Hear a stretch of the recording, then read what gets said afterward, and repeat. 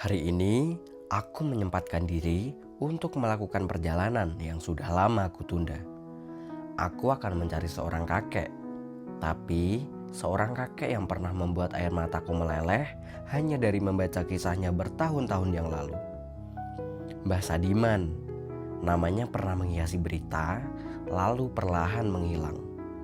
Seperti pohon yang ia tanam, ia memilih tumbuh dalam diam. Pertanyaannya, apakah warisannya masih hidup? Ataukah ia hanya jadi cerita lama yang terlupakan? Pencarian ini membawaku ke lereng selatan Gunung Lawu, lebih tepatnya di Gunung Kukusan, Wonogiri, ke sebuah tempat yang kini mereka sebut Hutan Sadiman. Sebuah nama yang tak bisa dipisahkan dari namanya.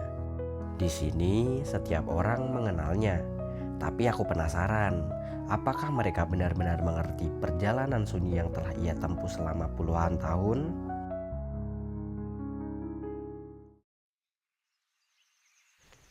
Dan di sana akhirnya aku melihatnya langsung. Wajahnya sudah jauh lebih tua dari foto-foto yang pernah kulihat. Setiap keriput di wajahnya seperti peta perjalanan hidupnya. Tapi yang membuatku terpaku bukanlah kerutan itu, tapi cahaya di matanya. Cahaya yang tak pernah padam meski usia terus merangkak. Dia tersenyum dan aku tiba-tiba merasa seperti menemukan sesuatu yang sudah lama hilang. Tanpa banyak bicara, dia langsung mengajakku sekolah. Sekolah yang paling sederhana namun paling dalam, yaitu sekolah menanam. Tangannya yang penuh urat mengajariku cara menggali lubang dengan hormat, meletakkan bibit dengan kasih, menimbunnya dengan doa. Ini untuk anak cucu kita nanti, katanya sekali saja.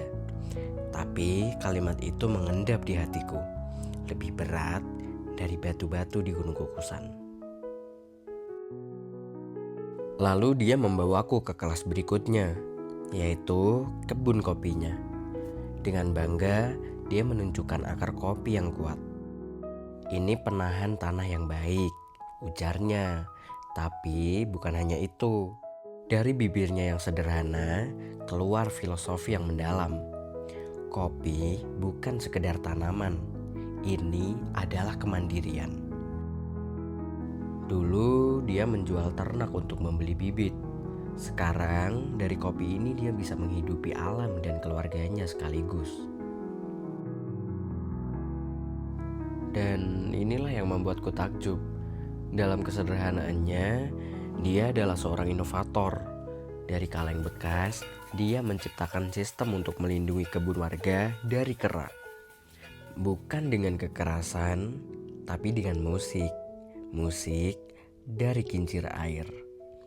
Dia tidak hanya menanam pohon, dia menanam solusi. Lalu aku menemukan sesuatu yang membuat dadaku sesak. Di batang pohon beringin yang sudah 10 tahun tumbuh, masih menancap potongan sabit.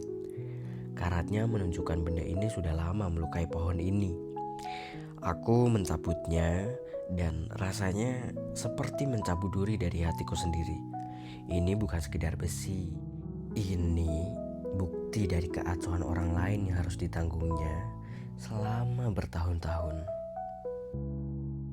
Kupandang wajahnya, menunggu kemarahan atau kekecewaan. Tapi yang kudapat hanyalah ketenangan. Kadang ada yang tidak sengaja memotong bibit baru saat memotong rumput, katanya dengan suara datar atau terinjak. Ya sudah, esoknya saya sulam lagi dengan yang baru. Begitu sederhana, begitu ikhlas. Kula pageran kula sabar karo ikhlas juga. Aku yang merasa marah untuknya justru diajarkan tentang pengampunan. Disinilah aku belajar pelajaran terberat. Berbuat baik itu tidak selalu dihargai. Terkadang malah dilukai. Tapi Mbah Sadiman mengajarkanku, jangan berhenti menanamnya hanya karena ada yang tidak sengaja menganjak bibitmu. Esok tanam lagi, terus tanam sampai tak ada ruang lagi untuk keacuhan. Dan ketika aku diajak berkeliling, barulah aku mengerti betapa dalamnya warisan ini sudah bernafas. Ini bukan lagi sekedar hutan, ini adalah paru-paru yang menghidupi. Dari bukit yang dulu gersang, kini mengalir air yang tidak hanya menghidupi, tapi mensucikan. Aku melihat wajah-wajah yang tenang, senyum yang tulus. Inilah balasan sejati yang diterimanya. Bukan pujian, tapi kehidupan yang terus mengalir. Harus ada generasi penerus, katanya padaku. Bukan hanya untuk warga sini, tapi untuk semua. Karena di atas tanah inilah kita semuanya berdiri. Dan dari desa-desa seperti inilah kita mengakar. Akarnya harus kuat, harus dalam, harus saling terkait. Dan di sini, di antara bau tanah basah dan suara alam, aku menemukan jawaban dari pertanyaanku. Warisan Mbah Sadiman tidak hanya hidup, ia sedang bertransformasi. Dari seorang kakek yang menanam sendirian menjadi sebuah gerakan yang mulai ditiru. Dari beringin penyelamat ke kopi pemberi kehidupan. Kini aku pulang dengan jawaban yang lengkap. Mbah Sadiman bukan cerita lama yang terlupakan. Dia adalah cerita yang terus hidup dalam setiap tetes air dari Gunung Kukusan, dalam setiap helai daun kopi yang mulai berbuah, dalam setiap bibit baru yang ditanam oleh tangan-tangan muda yang mulai terbuka. Di atas tanah ini kita berdiri, Mbah Sadiman memilih untuk tidak hanya berdiri, tapi membungkuk. Membungkuk untuk mendengarkan bisikan bumi yang hampir mati. Membungkuk untuk menanam harapan di celah-celah batu. Membungkuk untuk mengajarkan kita tentang kerendahan hati yang sesungguhnya. Dari desa ini kita mengakar.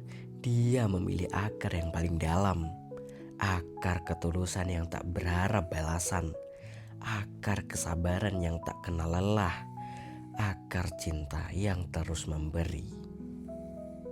Kesan-kesan kula dengan masyarakat niku nggih monggo-monggo sedaya tua muda ana ngendi wae ayo penanaman beringin supaya daerah bisa subur makmur.